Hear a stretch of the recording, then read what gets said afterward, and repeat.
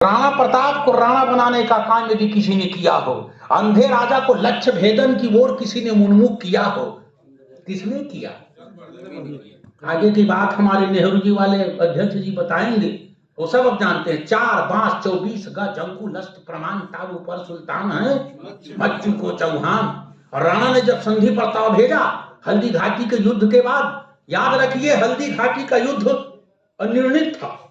आईने एक बारी कभी पढ़िएगा अबुल फजल वाला, तो 15 दिन के बैन लगाया था अकबर ने उस पर, क्योंकि बुरी तरह से वो भी पराजित होकर लौटे थे। यदि प्रसन्न होता तो पुरस्कार नहीं बांटते।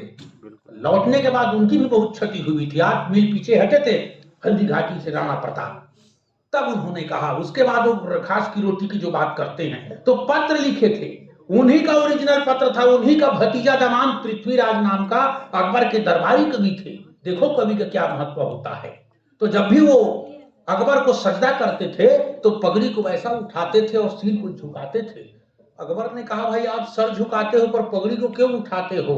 पृथ्वीराज ने कहा, पृथ्वी कुमार कि बादशाह ये शरीर आपके अन्न पे पला है, इसलिए आपका गुलाम है, पर ये पगड़ी मेरे दीवान ने रखी है, राणा ने रखी है, इसलिए पगड़ी को तो नहीं झुकने दूंगा, सब कुछ झुका दिया। तब अकबर ने कहा था, ओए कवि तू बड़ा हाँकता था रे, आज उनकी पगड़ी मेरे पांव पे है, क्या कहते हो?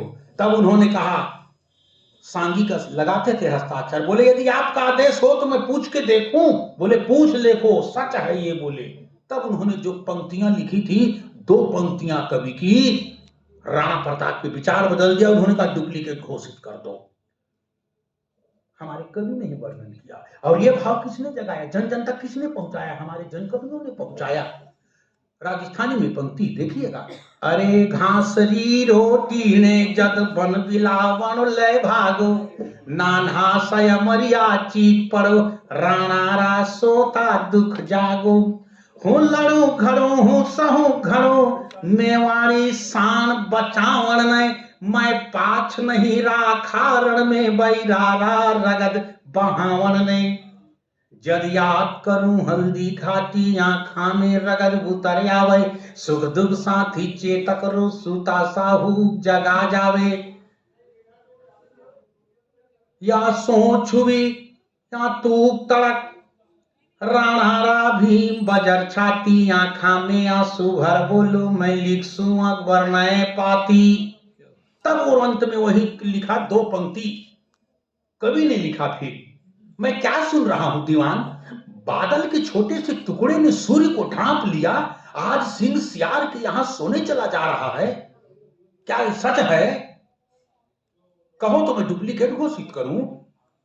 मैं आज सुनू हूं सूरज रोए बादल रोबोटा खोवेलो, मैं आज सुनू हूं सिंघारे सयाला घर सोवेलो। तो उन्होंने कहा नहीं, डुप्लीकेट घोषित कर दो, चाहे कुछ भी हो जाए, मैं ये नहीं करूंगा। किसने रोका? कवि ने रोका।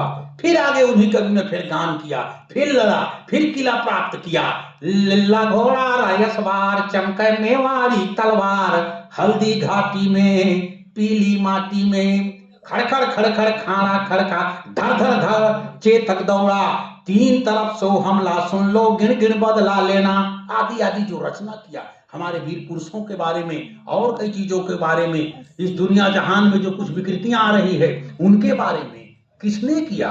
कवि। वो मसाल की तरह अपनी बारी आएगी तो बोलेंगे। 47 वर्षों के इतिहास को 2 पंक्ति में समेटते हैं आदरणीय हमारे राही जी। आजादी के बाद बाबा के मेहनत मिल गए मट्टी में, अब गंगा जल न खोजत खोजत देश घुसर गए भट्टी में।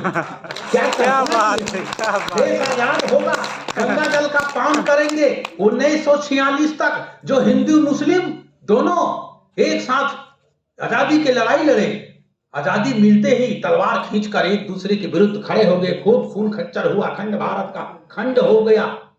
हमारे दुबे जी और राजेश जी बैठे हैं पीछू, तो विप्र जी ने लिखा, देखो हमारे कवि ने। खत्म हो रहा है आदत नहीं, अब घड़ी उड़ी बांधते नहीं हो, मैं इसीलिए बोलता हूँ, मैं भी अपना घड़ी भूल गया हूँ।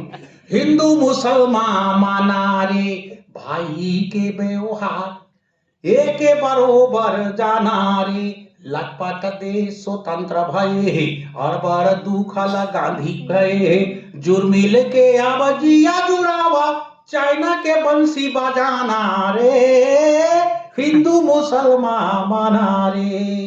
तो जो हमारे शिष्ट परंपरा के या जो हिंदी के जो धारा के हमारे जो कवि जो वर्णन करते रहे हैं वही तो भाव आपको मिलेंगे।